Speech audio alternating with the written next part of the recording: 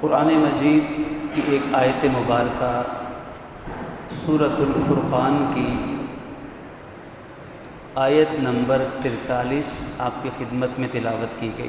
اس آیت مبارکہ میں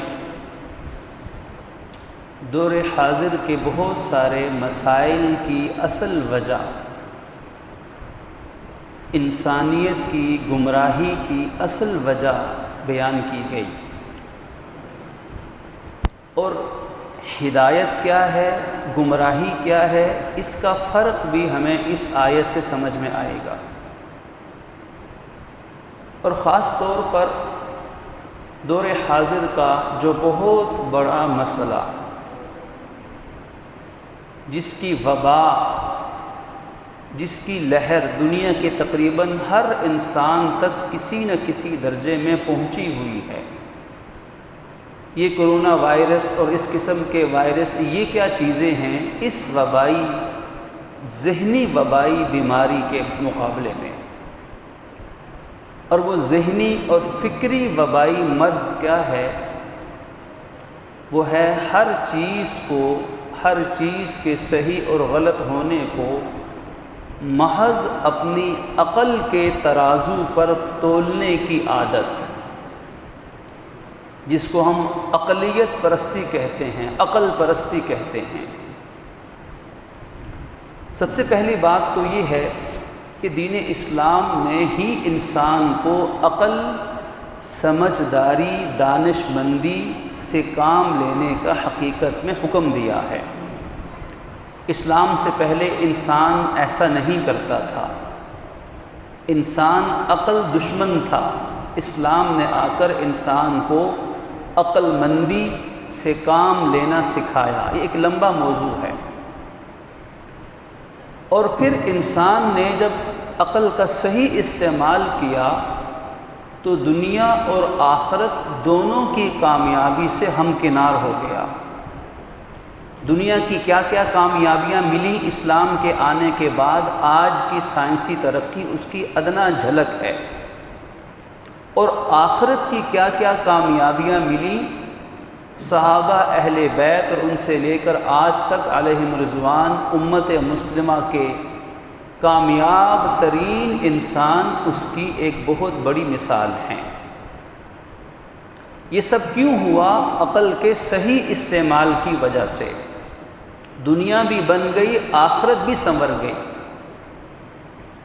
اب یہاں سوال پیدا ہوتا ہے کہ کیا انسان اپنی عقل کے استعمال کرنے میں بالکل آزاد ہے، خود مختار ہے، بغیر کسی حد کے، بغیر کسی ضابطے اور قاعدے کے؟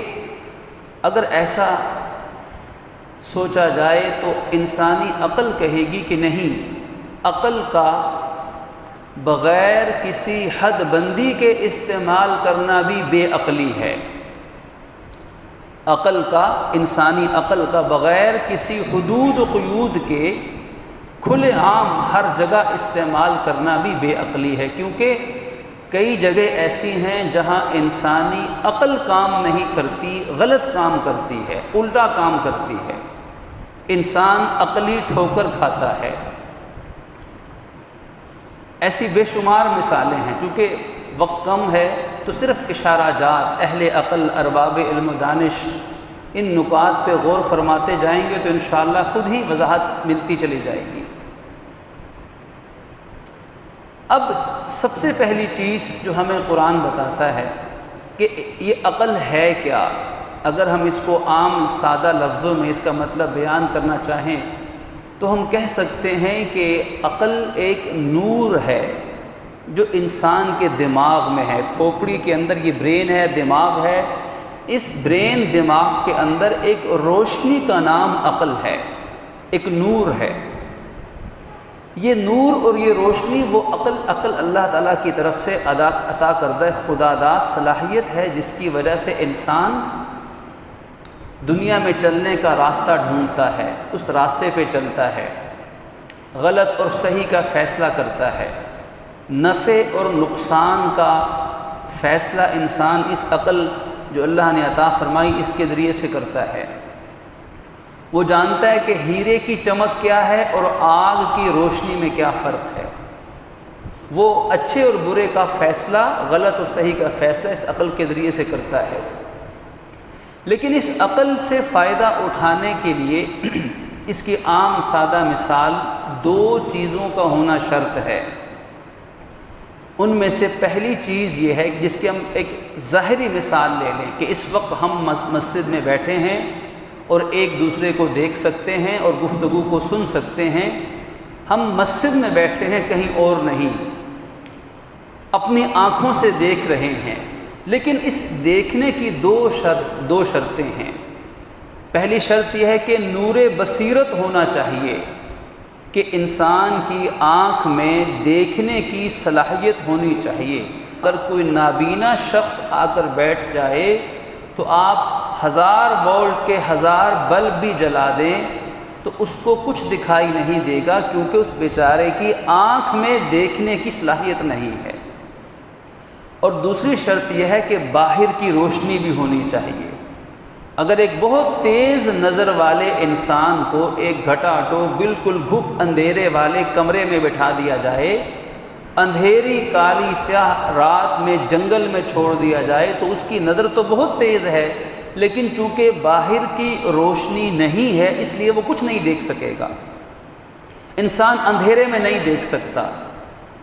تو پتہ چلا کہ دیکھنے کے لیے دو طرح کی روشنی چاہیے۔ ایک باہر کی روشنی، سورج کی روشنی ہے، سرچ لائٹ ہے، ٹارچ ہے، بلب ہے، کوئی دیا سلائی، کوئی چراغ ہے، باہر کی روشنی ہے۔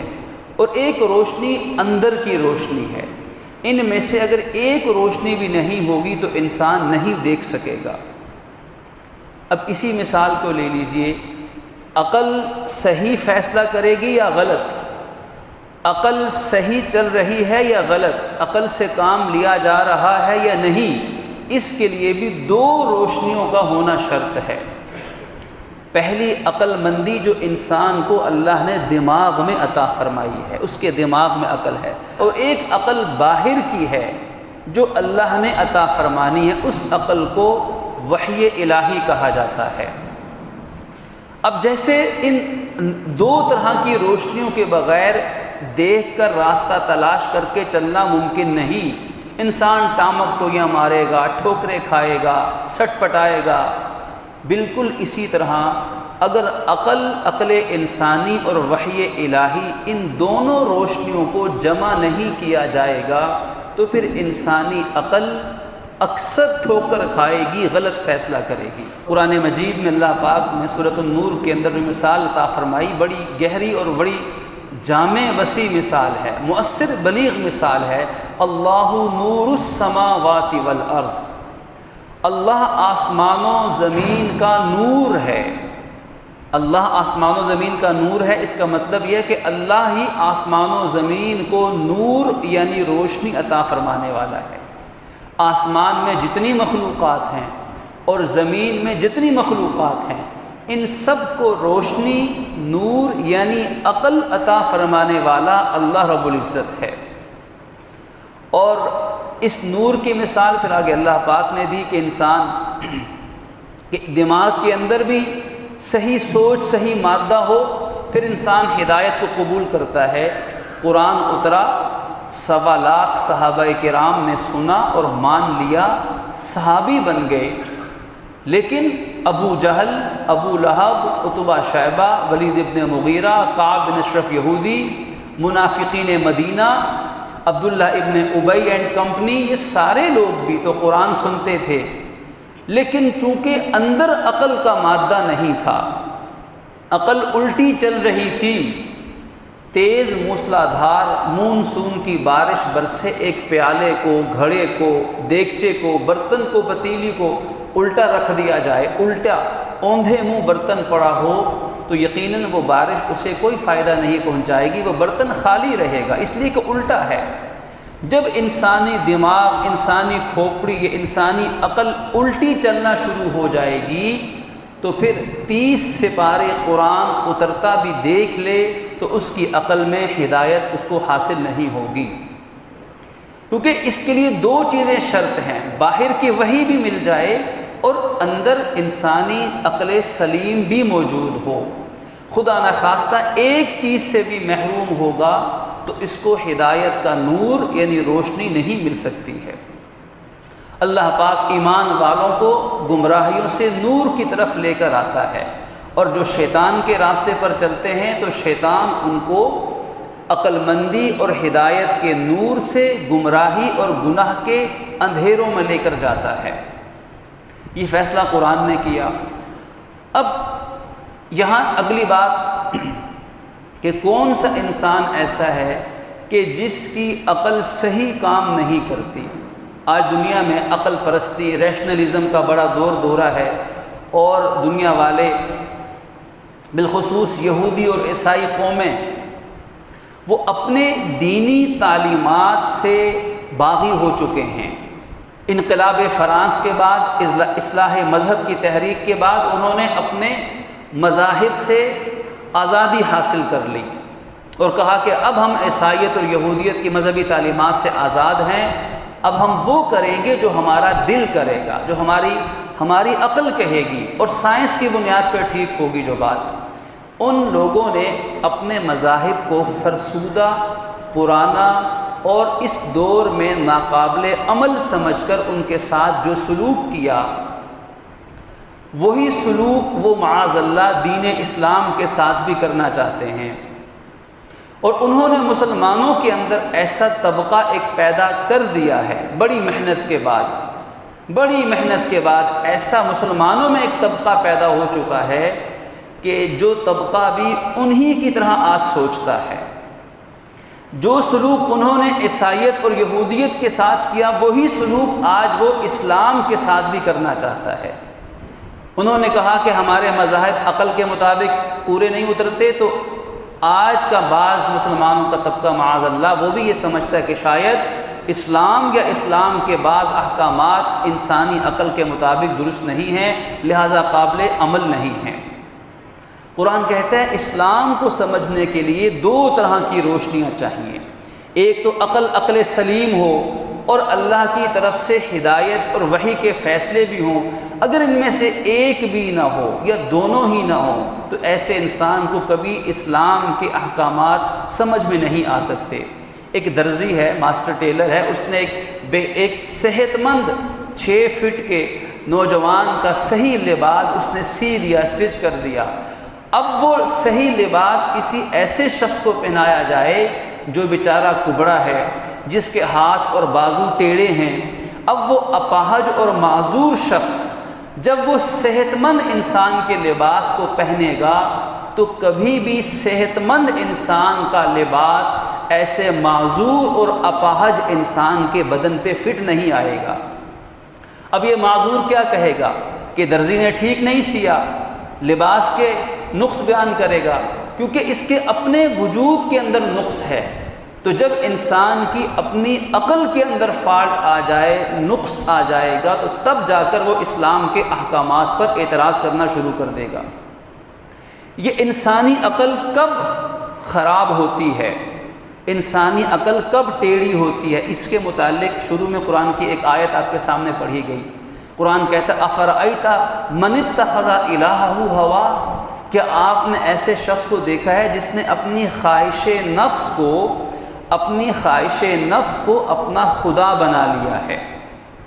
وہ جو جی میں اس کے آتا ہے، جو وہ کرنا چاہتا ہے، میں نے یہ کرنا ہے، یہ نہیں کرنا، یہ پسند ہے، یہ نہیں پسند، حلال حرام کی تمیز کے بغیر انسانی جو اخلاقی قدریں ہیں، مورل ویلیوز ہیں، اخلاقی قدریں ہیں، انسانی شرافتیں ہیں، ان کو چھوڑ کر وہ کہتا ہے جو میرے جی میں آئے گا میں تو بس وہ کروں گا، جو چاہوں گا کھاؤں گا، جو چاہوں گا پیوں گا، جس سے چاہوں گا تعلق قائم کروں گا۔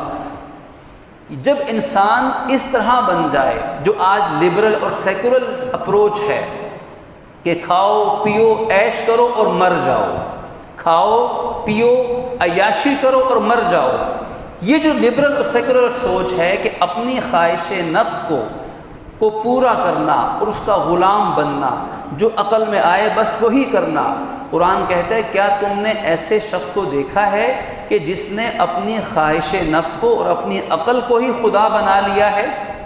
اور جب کوئی انسان ایسا کرتا ہے تو وہ اضلہ اللہ علی علم، تو اللہ ایسے شخص کو گمراہ کر دیتا ہے، یہ شخص پھر دین سے نکل جائے گا، اس کا پھر دین سے کوئی تعلق نہیں رہے گا۔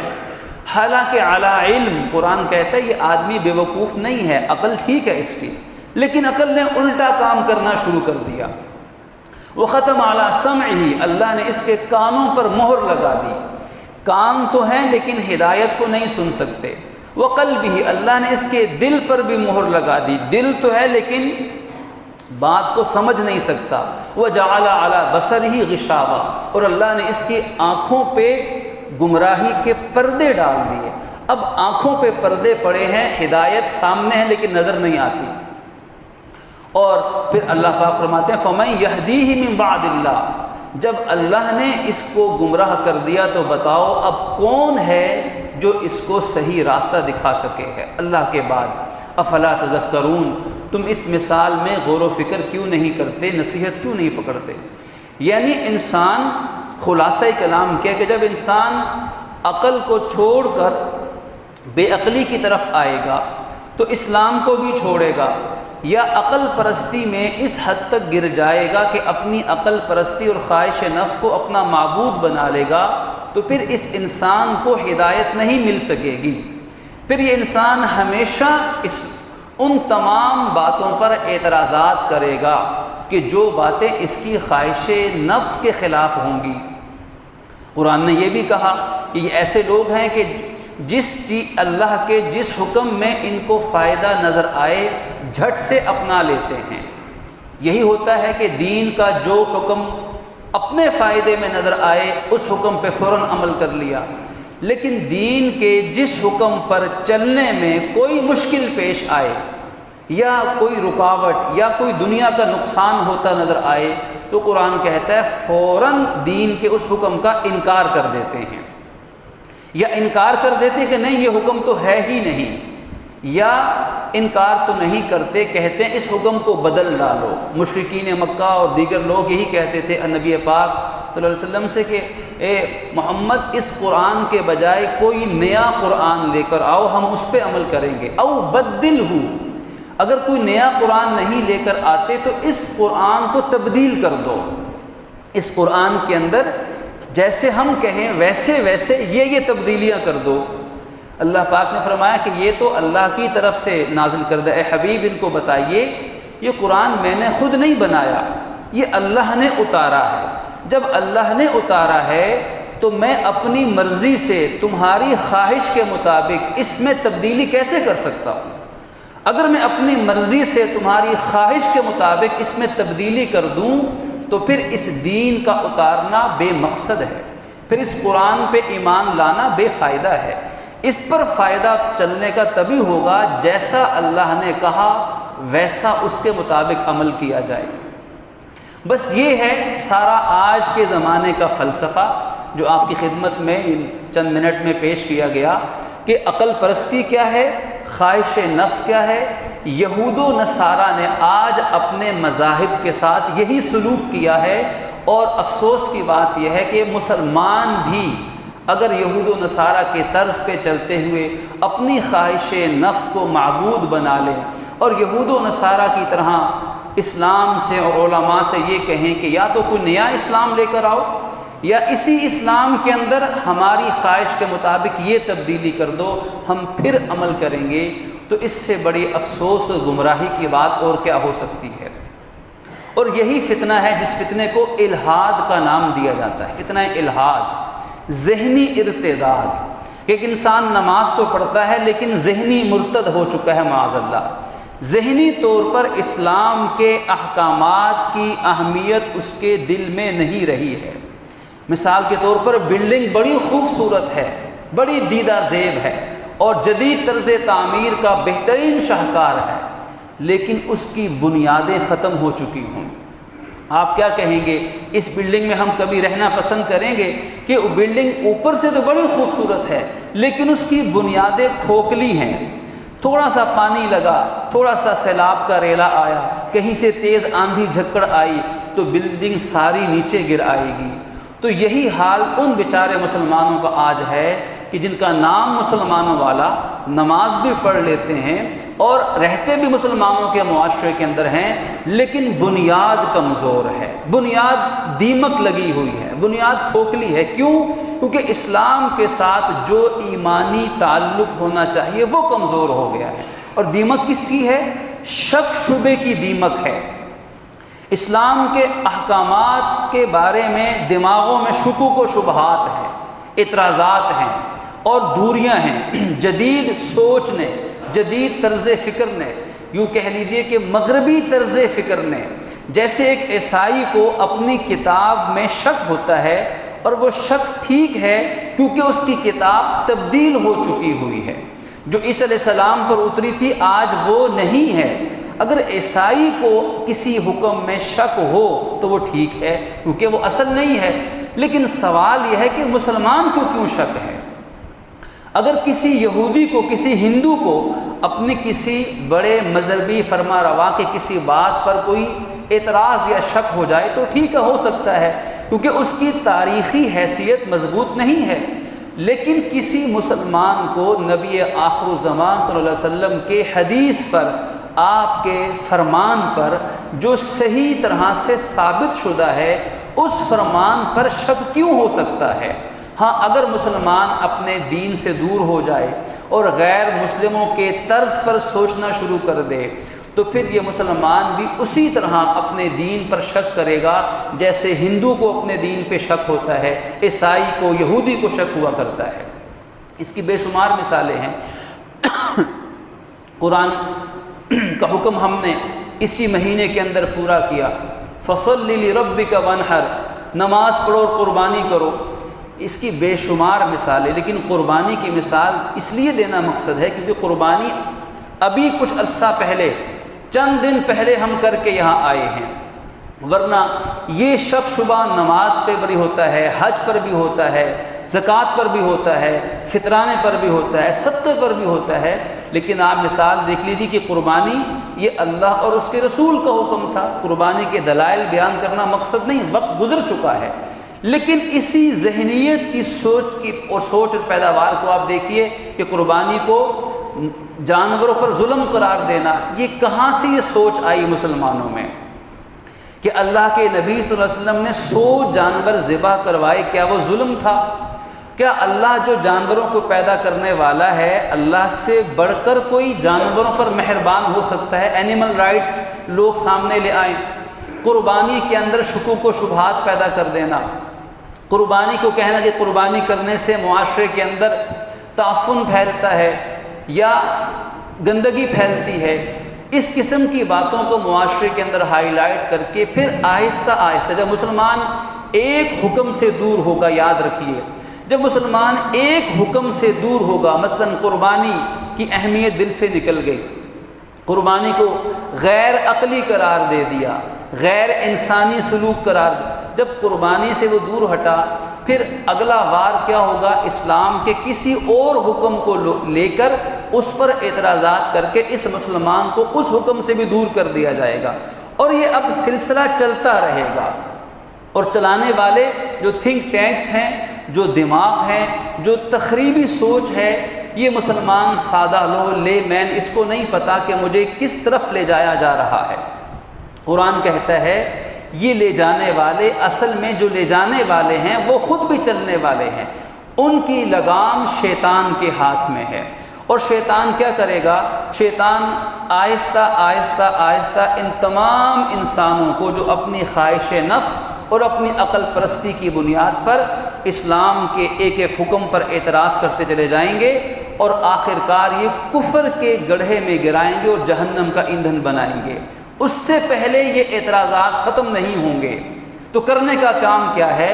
قربانی نے یہی سکھایا، اسوہ ابراہیمی نے یہی سکھایا، نبی پاک صلی اللہ علیہ وسلم کی سیرت نے یہی بتایا، یہ ذوالحج کا مہینہ حضرت عثمان غنی رضی اللہ عنہ کی شہادت نے یہی سکھایا۔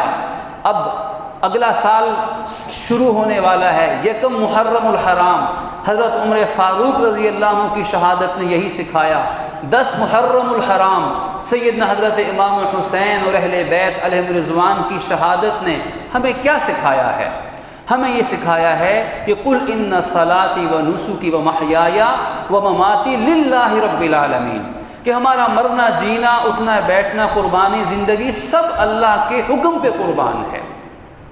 ہم دین اسلام پر کامل یقین رکھتے ہیں، جو اللہ اس کے رسول نے فرما دیا سارے دنیا کے انسان اس کا انکار کر دیں، ہمیں کوئی فرق نہیں پڑتا، ساری دنیا کی سائنس اللہ کے نبی کی سنت کے خلاف دلائل دے دے تو کسی مسلمان کو کوئی فرق نہیں پڑنا چاہیے، کیونکہ ہم نے سائنس سے پوچھ کر اسلام قبول نہیں کیا، ہم نے یہود و نصارہ، ہندوؤں اور سکھوں اور لبرل اور سیکولر لوگوں سے سرٹیفکیٹ لے کے ہم نے قرآن اور حدیث پر ایمان نہیں قبول کیا، ہم نے تو اللہ کی رحمت سے اللہ نے ہمیں ہماری نسلوں کو جو دل میں ایمان رکھا ہے یہ ایمان غیر مشروط ایمان ہے، ہم نے کسی شرط کی بنیاد پر ایمان قبول نہیں کیا، تو غیر مشروط ایمان وہ آج کے دور کا تقاضا اور سب سے بڑی عقل مندی ہے کہ اطاعت سر تسلیم خم ہے، جو اللہ ہمیں حکم عطا فرما دے۔